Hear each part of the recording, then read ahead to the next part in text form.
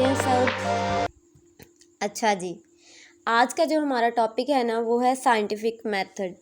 बच्चे आप लोग जानते हैं कि आप 9th क्लास से ये ना करते आ रहे हैं साइंटिफिक मेथड। ठीक है, साइंटिफिक मेथड की डेफिनेशन क्या है। साइंटिफिक मेथड मतलब वो मेथड होता है जो किसी भी साइंटिफिक प्रॉब्लम को सॉल्व करने के लिए यूज़ किया जाता है, उसको साइंटिफिक मेथड बोलते हैं। ठीक है, और क्योंकि हम ज़ूलॉजी कर रहे हैं तो इसमें हमारे पास बायोलॉजिकल मेथड यूज़ होते हैं, मतलब जिसमें हम प्रॉब्लम बायोलॉजी जो मतलब जिंदा जानदारों से रिलेटेड जो प्रॉब्लम्स होती हैं उनके जो सॉल्यूशंस हैं वो इसमें तलाश करते हैं। ठीक है, तो हम देखते हैं, देखें मेथड में बायोलॉजिकल मेथड है या साइंटिफिक मेथड है। क्योंकि यहाँ पे साइंटिफिक मेथड लिखा हुआ है तो हम भी साइंटिफिक मेथड वर्ड ही यूज़ करते हैं।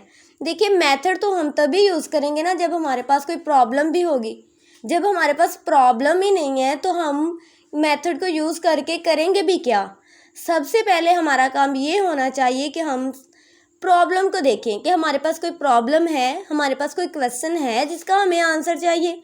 देन हम उसका आगे सॉल्यूशन फाइंड करेंगे ना कि इसकी रीज़न क्या है, इसको कैसे सॉल्व किया जा सकता है, ये सारा कुछ। ठीक है, तो हम देखते हैं साइंटिफिक जो मेथड है ना, इधर तो उन्होंने वैसे सबसे पहले हाइपोथेसिस लिखा हुआ है, लेकिन हम जानते हैं कि सबसे पहले हम क्या करते हैं, ऑब्जर्वेशन करते हैं, ऑब्जर्व करते हैं। ठीक है, मतलब मुशाहदा करते हैं, देखते हैं कि इर्द गिर्द क्या हो रहा है, किस वजह से ये प्रॉब्लम क्रिएट हो रही है, खुद से ही अंदाज़ा लगाते हैं। ठीक है, ऑब्जर्व करते हैं। तो जो ऑब्जर्वेशन है वो हमारी सेंसेस की बेस पे होती है। हमें पता है हमारी 5 सेंसेस है, स्मेल, टेस्ट, विजन, ठीक है, टच, एटीसी। देन हमारी ऑब्जर्वेशन से फिर नेक्स्ट हमारा हाइपोथेसिस बनता है। क्या बनता है, हमारा हाइपोथेसिस बनता है। देखिए, हाइपोथेसिस जो आपका है वो टेस्टेबल भी होता है और नॉन टेस्टेबल भी होता है, लेकिन आपका हाइपोथेसिस मेनली एक्सेप्ट तब होता है अगर वो टेस्टेबल हो। ठीक है, आपके हाइपोथेसिस को टू मेथड के थ्रू हम बना सकते हैं, डिडक्टिव रीजनिंग, इंडिडक्टिव रीजनिंग।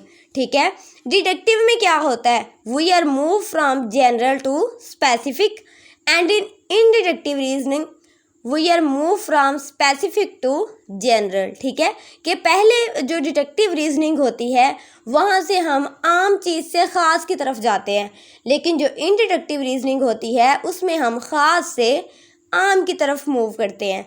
अब हाइपोथेसिस की एग्जांपल देखें कि अगर दो बच्चे हैं, इसमें जो उन्होंने एग्जांपल बताई हुई है अली एंड इमरान, ये दोनों भाई हैं, ट्विन्स हैं। इनका क्या होता है भाई, 1 बजे जब केमिस्ट्री की क्लास होती है ना, दोनों सो जाते हैं। देखें, they sleep every day in their 10 o'clock chemistry class. ठीक है, अब इसके हाइपोथेसिस हम कैसे बनाते हैं कि ये किस वजह से सो रहे होंगे। May be eating a big lunch, कि हो सकता है कि उन्होंने केमिस्ट्री की क्लास से पहले ज़्यादा लंच कर लिया हो। Maybe classroom too warm, कि क्लासरूम ज़रा गर्म गर्म है तो उन्हें नींद आ जाती है। May be Ali and Imran lazy, वो लेज़ी भी हो सकते हैं, पीछे बैठने की वजह से भी उनको नींद आ सकती है। या उनका जो केमिस्ट्री प्रोफेसर है वो बोरिंग भी हो सकता है, नींद आने की वजह से। हाँ जी, आप लोग को नींद आ रही है, नहीं ना आ रही, इट्स मीन आपके ज़ूलॉजी का जो प्रोफेसर है या जो प्रोफेसर है वो बोरिंग नहीं है, मीन्स कि मैं बोरिंग नहीं हूँ, है ऐसी बात है। चलें आगे देखते हैं, थोड़ा सा फन था ये। May be it is the timing of sleeping, यहाँ 1 बजे जो है वो स्लीपिंग का भी टाइम होता है, इस वजह से। ये देखिए हमारे कितने ज़्यादा हाइपोथेसिस आ गए। अब देखें, हमारा हाइपोथेसिस प्रूफ तब होता है, करेक्ट प्रूफ तब होता है जब वो टेस्टेबल हो, और जब वो मतलब जितने भी ऑब्जर्वेशंस हैं, जितने भी हाइपोथेसिस हैं जो बन रहे हैं, उन सब का निचोड़ हो एक। ठीक है, और हो भी ठीक। अब देखें, अगर हम बोलते हैं कि devil make him do it, कि जो शैतान है वो उनको सुला रहा होता है, तो ये तो कितनी गलत बात हो। ये मतलब हम साइंटिफिक मेथड बयान कर रहे हैं और उसमें हम एक ऐसी बात कर दे जो कि साइंस से जिसका दूर दूर तक कोई रिलेशन ना हो, तो वो कैसे उसमें एक्सेप्ट की जाएगी, नहीं ना की जाएगी। तो क्या हुआ फिर, अरे थे कि अगर हम हाइपोथेसिस बना देते हैं कि devil make him do it, कि जो शैतान है वो उनको कह रहा है कि सो जा बच्चे सो जा, केमिस्ट्री को क्या पढ़ के करना है, आखिर दुनिया फानी है, हमने यहाँ से चले जाना है। ठीक है, ये बात देखें, इसको हम टेस्ट कर सकते हैं एक्सपेरिमेंट्स के थ्रू? नहीं ना कर सकते। तो इसका मतलब है कि ये जो हमारा हाइपोथेसिस बनेगा उसको तो हम प्रूफ ही नहीं कर सकेंगे। तो जिस हाइपोथेसिस को हम प्रूफ नहीं कर सकेंगे वो एक्सपेरिमेंट में नेक्स्ट कैसे जाएगा? नहीं ना जाएगा। ठीक है, ये हमारा हाइपोथेसिस इस तरह बनते हैं कि जो हमारी प्रिडिक्शंस होती हैं उस बात को लेके, उस प्रॉब्लम को लेके, उसके बारे में हमें बताया जाता है और ये टेस्टेबल होना चाहिए। ठीक है, और ये तमाम ऑब्जर्वेशन से रिलेटेड होना चाहिए। ये नहीं कि ऑब्जर्वेशंस कुछ और हो गई और हाइपोथेसिस नई चीज़ बन गई, बिल्कुल ऐसे नहीं होना चाहिए। जितने साइंटिस्ट ने जो ऑब्जर्वेशंस की हुई हैं उन सब से ये रिलेटेड ही हमारा हाइपोथेसिस होना चाहिए। नेक्स्ट देखें डिडक्शंस। डिडक्शंस हम हाइपोथेसिस से डिडक्शंस बनाते हैं। डिडक्शंस किसको बोलते हैं? Is the logical consequences of hypothesis. ठीक है, फॉर एग्जांपल हम कहते हैं if all organisms made of cells, humans are organism, मतलब कि अगर सारे ऑर्गेनिज्म जो हैं वो सेल से बने हुए हैं, ह्यूमन एक ऑर्गेनिज्म है ना, then humans are composed of cell. ठीक है, कि अगर सारे जानदार सेल से मिलकर बने हुए हैं तो इंसान भी जानदार है। इसका मतलब ये हुआ कि इंसान भी सेल से मिलकर बना हुआ है। डिडक्शन में हम टू जो हमारे वो होते हैं वर्ड्स हैं वो मेनली यूज़ किए जाते हैं, इफ़ एंड देन, कि अगर ये ऐसे हो रहा है तो फिर ये चीज़ तो ऐसे है, फिर ये ऐसे ही होगा। जैसे कि अब हम कहते हैं कि जो हर ग्रास के जो सेल है, प्लांट है, उसमें न्यूक्लियस पाया जाता है। फिर हम कहते हैं कि जो ग्रास है उसके सेल में भी न्यूक्लियस पाया जाता है। इसका मतलब है कि ग्रास भी क्या हुआ? प्लांट हुआ। ये एक थोड़ी सी और एग्जांपल थी जो इसमें नहीं है, इसमें बस इतना ही है। नेक्स्ट देखिए हमारा एक्सपेरिमेंट्स। अब देखें हमारे पास हाइपोथेसिस बन गया, ऑब्जर्वेशन से लेके हाइपोथेसिस तक हम सारी मुँह ज़बानी बातें कर रहे हैं। ठीक है, कि ये ऐसे है इस वजह से ये हमारा हाइपोथेसिस बन गया, ये ऐसी सिचुएशन है इस वजह से हमारा ये हाइपोथेसिस बन गया। लेकिन अब हाइपोथेसिस तब तक हमारे पास आगे मूव नहीं करेगा जब तक उस पर एक्सपेरिमेंट्स नहीं होंगे, मतलब जब तक उस पर तजर्बा नहीं होगा। हम क्या करेंगे तजर्बे में? हम जो दो हमारे पास बच्चे थे उनमें जो एक बच्चा है उसको हम क्या करेंगे? उसको हम 1 बजे अली को लंच नहीं दे रहे, जबकि इमरान को लंच दे देते हैं। हम उनको टेस्ट करते हैं फिर कि क्या अली को नींद आ रही है। अच्छा, अगर हमारा हाइपोथेसिस ये दुरुस्त हो कि खाने की वजह से आती है नींद, तो फिर अली को नींद नहीं आनी चाहिए, उस टाइम इमरान को नींद आनी चाहिए।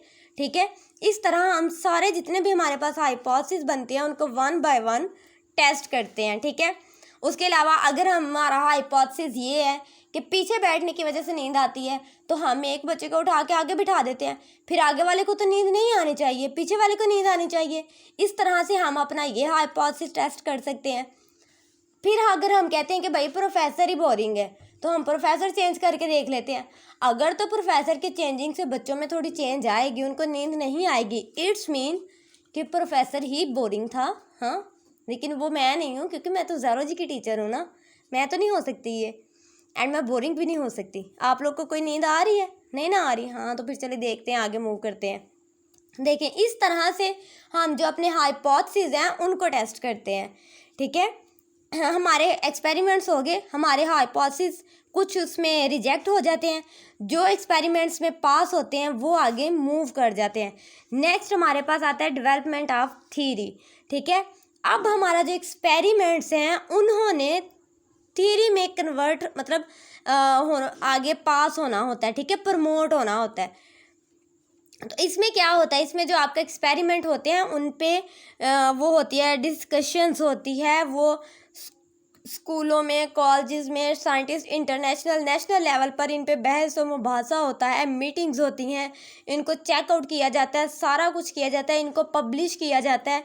देन अगर ये थीरीज आपकी करेक्ट साबित हो गई, कोई साइंटिस्ट को, किसी साइंटिस्ट को इस पर कोई ऑब्जेक्ट नहीं होगा, देन ये जो आपकी थ्योरी है ये बन जाएगी, एक्सेप्ट हो जाएगी। जैसे कि एग्जांपल नेचुरल सिलेक्शन एक थ्योरी है ना हमारे पास डार्विन की, तो ये एक्सेप्टेड है ना, इसीलिए हमारे पास ये थ्योरी अभी तक एग्जिस्ट है।